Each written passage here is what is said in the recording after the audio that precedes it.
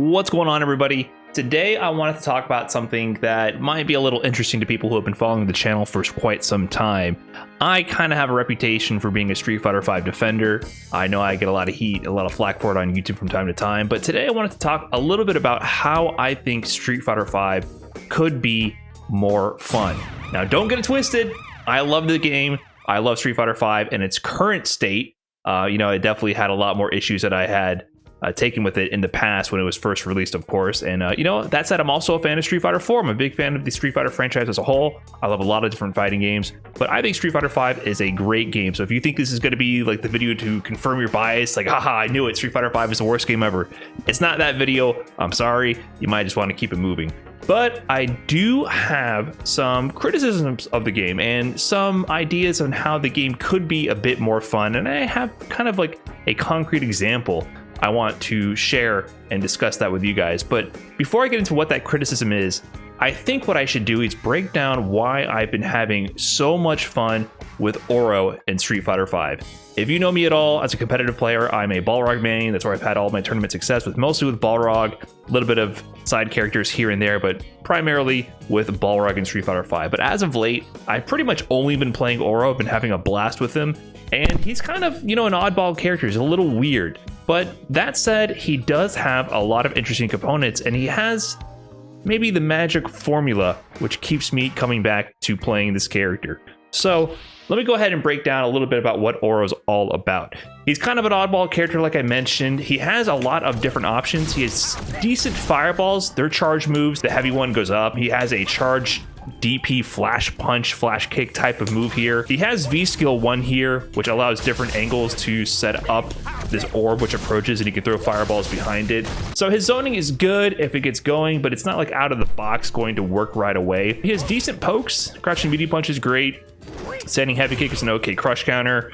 Crouching medium kick is decent, but he doesn't really excel in controlling the neutral and poking like that. This doesn't lead to any knockdown. He can't really late cancel into EX Tatsu, which would cause a knockdown. So it's not like he's walking around hit confirming like Karen or Cammy and getting knockdowns into throw pressure, which means mid-screen, he doesn't really get knockdown pressure. He leaves people standing and going back to neutral a lot. So what does he even excel at then? What makes him so intriguing to play? It's not that he doesn't really excel at anything. It's that when you put all the pieces together, he has a lot of different variation and variety in the ways that you end up playing the game. And on top of it all, the number one thing, which he really excels at, is the juggles. His juggle game is some of the most ridiculous and expansive in the Street Fighter V game as a whole. So yeah, he doesn't really excel at anything as an individual component, but when you piece it all together, the fact that he has some zoning options, some pressure options, and on top of that, this excellent anti-air game, which you can convert to big damage, it starts to get really, really creative in the ways you can control the opponent. And the way you anti-air the opponent is also extremely variable, right? So I showed you one example. Anti-air medium, jump fierce, medium into chicken, if you don't drop it, of course, with the DP follow-up. However, if I'm a little bit too close, this might not work, right? If they're like above my head, they might just go underneath me. In those situations, I need to stop short and go maybe to forward medium and then juggle them that way. So I have options there. I get to think about what I'm doing. What if it trades? What if this jumping actually interacts with my medium, right? Of course you can. If you're ready for the trade, you can convert that as well. What if he's just going to go over my head and my anti-air is not going to hit this jump in? Well, he has an answer for that too. You can jump back, air grab him. So you actually have options for all of these scenarios, but you have to be hyper aware of what you can do. And on top of that, there's still further optimization. There's a combo here, which I barely go for because it's so hard to do. But depending on the scenario, you can do this combo as well. Extend it if you hit them really high up, extend it with the back medium kick, get even more damage based on the height. If you're a master of the character and you recognize this scenario, you can squeeze out more from this character. And I'm not even getting into so far the differences with the spacing, because if I have them near the corner, I'm going to choose different options as well. So in the corner here, you can do double DP instead, which is a different combo option than I had previously shown. So there's many different variables that go in with this character, and I haven't even mentioned the big one here, which is Tengu Stone. Tengu Stone offers an almost limitless amount of variability when you play this character. There's so many ways to convert from awkward situations to turn into pressure, into mix-ups, into damage, into combos, that it's almost always a new interaction every single time you play the character.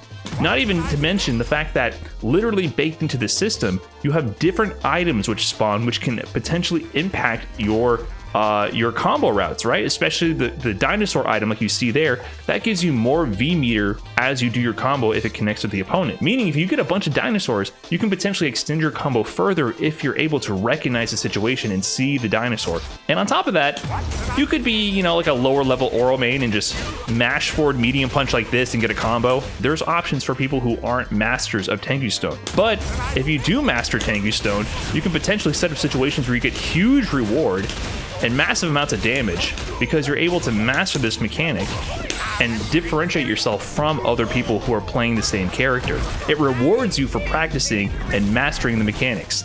Like I said, it's just fresh. Every single time you're playing, you're able to see new situations, see new possibilities, and further improve on your optimization, your awareness, and your punish game, your combo game, anything you can think of. The character always has a way for you to constantly improve. And that does exist with a decent amount of the cast. It's not alone with Oro. Currently, I've been playing him. You know, my previous main was Balrog. Now, Balrog, I don't think lacks that. He does have a lot of optimization points, a lot of ways to get more out of him. However, he's very strong even when suboptimally played. I watch other high-level Rogs, and there's many moments where they don't do quite the max damage combo, quite the optimal punish, but in the end of the day, it doesn't really matter with Rog as much as Oro, because the difference between suboptimal Rog and optimal Rog is kind of squished in a lot of ways, because his base gameplay is very strong, and it's more about the overall strategy versus the tiny optimizations in the interactions that you produce. Other characters I feel are like that are maybe like Cammy, Karen, you know, they have interesting juggles and, you know, some unique interactions that, you know, the real high level mains will optimize. However, their base gameplay is so centralized around very strong core mechanics that it doesn't matter too much for you to know very obscure interactions with the characters. It's more about optimizing the mind game between the neutral, the knockdown pressure, the Oki.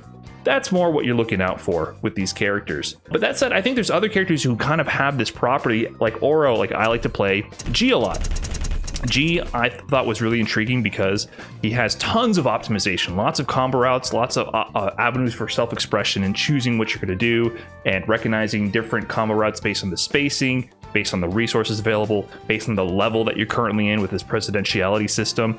Obviously, we have Minot, one of the most complex characters in the game, and even characters that were around for a long time. This is not unique to just like the Season 5 characters. I think Gil, Seth, Oro, Dan, I think they're all very expressive. You know, Minot and G have been around for a while. Even M. Bison. I feel like M. Bison has, while he has a very strong base game plan, his level of expressionism that goes into something like V-Trigger 2 with the complex juggle systems he gets out of that, you know, it's very obvious to tell when Problem X is playing M. Bison, because the conversions he does, he always surprises me every time with his level of awareness and the way he applies the tools M. Bison has. So M. Bison, strong character even without optimization, but you can tell when someone's on a next level with this character. It's very clear to see someone who knows all the ins and outs of the characters versus someone who doesn't. So what am I getting at with this whole explanation here? You might have been able to kind of figure out what I'm getting at. Some characters in this game, I feel like lack the options to really help differentiate the players apart, and also don't offer enough variability to keep people interested in playing the character. I'm going to use Ryu as an example here. Ryu, the protagonist of Street Fighter V, I feel like he doesn't offer enough in terms of variability in his gameplay. Now, I don't even think he's bad. I don't think Ryu is even a bad character in this game. I think he's decent. He's not the best, obviously, but he can be played at a high level. My big thing with this character is look at what you get. Like, look at this situation here. And if you played Street Fighter 4 at all, you instantly will understand what I'm talking about.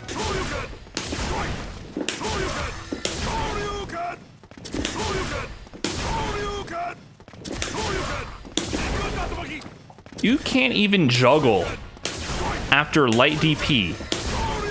In Street Fighter 4, if you landed a high light DP, like on the peak of their jump arc, you could do juggles like light DP, EX Fireball, EX Fireball, EX Tatsu. You had a lot of juggle options available to extend this, to use your meter in creative ways to keep it going. Like even just light DP to heavy DP, I believe would work. Now, I think V-Trigger 1 does give him some more juggle opportunities.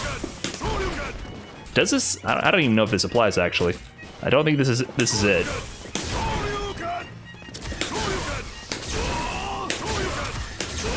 I can't even figure one out intuitively. Now, I'm not saying that Ryu doesn't have any juggle potential or any sauce or no ways to optimize the character. He definitely does. There's lots of tech out there for Ryu to squeeze out more, and I know his V-Trigger 1 does give him more juggle potential.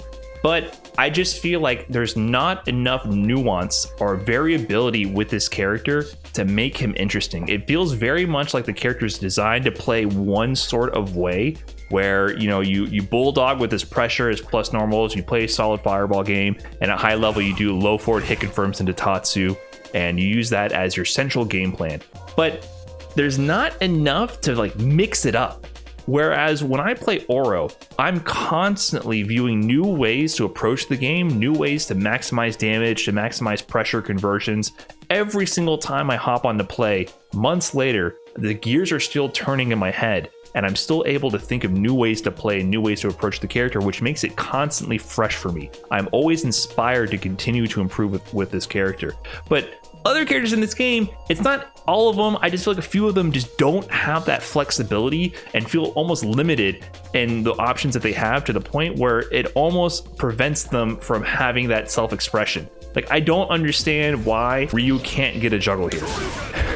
Would it make him stronger? A little bit, maybe. I don't know. But would it make him cooler? Yeah, definitely. Would it break the balance in the game? I don't even know. Probably not, but I'm not a game designer. But I just feel like this is something that was so fun in previous Street Fighter games that is not present in this one with this character. And it's not even equally applied. Akuma has tons of options. Ken has tons of options. We talked about M. Bison. It's not even like different across the different seasons, because those are season 1 characters. It just feels like a few characters here and there feel a little artificially limited. So why is this important? Why is having all this variability in your options and having many different combo routes and different nuances in these situations important to have in a character? I think that's important because it gives you more ways to have fun with the game. So if you don't have lots of sauce with your character, what the game ends up boiling down to in many ways is simply win or lose. So when I play Balrog, now I do agree he has some sauce. I think he's pretty interesting, but he's not like the most variable character, and you can just win with a very dry game plan. With Oro, however, and with the characters with lots of variability in their options, there's many games you can play within a round in order to find new avenues to have fun and find positive feedback. Did you land that optimized anti-air combo? Did you practice this setup and land it in a match? Did you properly respond to this situation with this complex strategy that you're working on? You have more mini games within the game in order to have fun. And I think that's what a lot of fighting games offer that Street Fighter V sometimes lacks. If you land a sick combo, even if you lose the game, you landed that sick combo. You have a way there, a mini game within the game to have fun. But when you strip away too many options like that, it becomes much more black and white with the feedback mechanism within the game, which can be very demotivating to the player and sometimes just not as fun. Did you win or did you lose? If you did, great. If you didn't, bad. But when I play Oro, I have so many ways, so many mini things to practice every single time I get on that I'm constantly having positive feedback, constantly improving. Even if I don't necessarily win the set or the game, I still have a way to have fun while I'm learning because I have many different avenues to get positive feedback from. We saw Luke was added to Street Fighter 6, and the producers hinted very heavily that Luke would be important in the next iteration of Street Fighter, that Luke is the future of Street Fighter. And that might lead us down to making a few assumptions, like Luke's combo system. Luke has a complex juggle system based on charging moves, which allow you different combo routes based on if you're able to hit the tight charging window or not. If you don't feel confident in hitting these tight juggle windows, you have an easier combo option that you can just go to for reliability and safety. But if you got the sauce, if you got the timing, you can go for the complex charging timings and get much higher damage potential and stun. So I think what we're seeing here is the producers hinting at, the next generation Street Fighter might have more of these options for players who want to practice more and to get more options out of the characters. Those will be allowed in the game. And I think we've seen a great job from the new producers. They took over around like the time of season 5. So like Dan, Rose, Akira, Oro. All the season 5 characters, in my opinion, offer a lot more self-expression than the previous season characters. Now, a lot of them have been kind of low tier because of that. I think Luke is the exception. They made him obviously super strong. But that said, I feel like the series is moving in a very good direction. Like Seth, Gil, Seth, and all the characters onward, I think have amazing juggle potential, amazing combo potential and variety. And I really enjoy watching those characters play. So I think the series is headed in a great direction, but that's the one thing with Street Fighter V is it just feels like, man, even Ryu, I used to love playing Ryu in Street Fighter 4 on the side because he had really cool combo options. He just doesn't really have it in this game. He's just a brawler, and it doesn't really feel engaging to play. I hope you guys learned something from this video or thought my take was at least interesting enough. And that said, if you have any opinion on how Street Fighter V could be more fun or what you would want to see in the future of the Street Fighter franchise, we know that Street Fighter 6 or something like that is going to be coming up within the next year or so. So it seems, not making any firm predictions here because I'll just wait and see what Capcom tells us. But that said, if you enjoyed the video, please be sure to subscribe to the channel. As always, I appreciate your support and I'll catch you guys in the next video. Peace.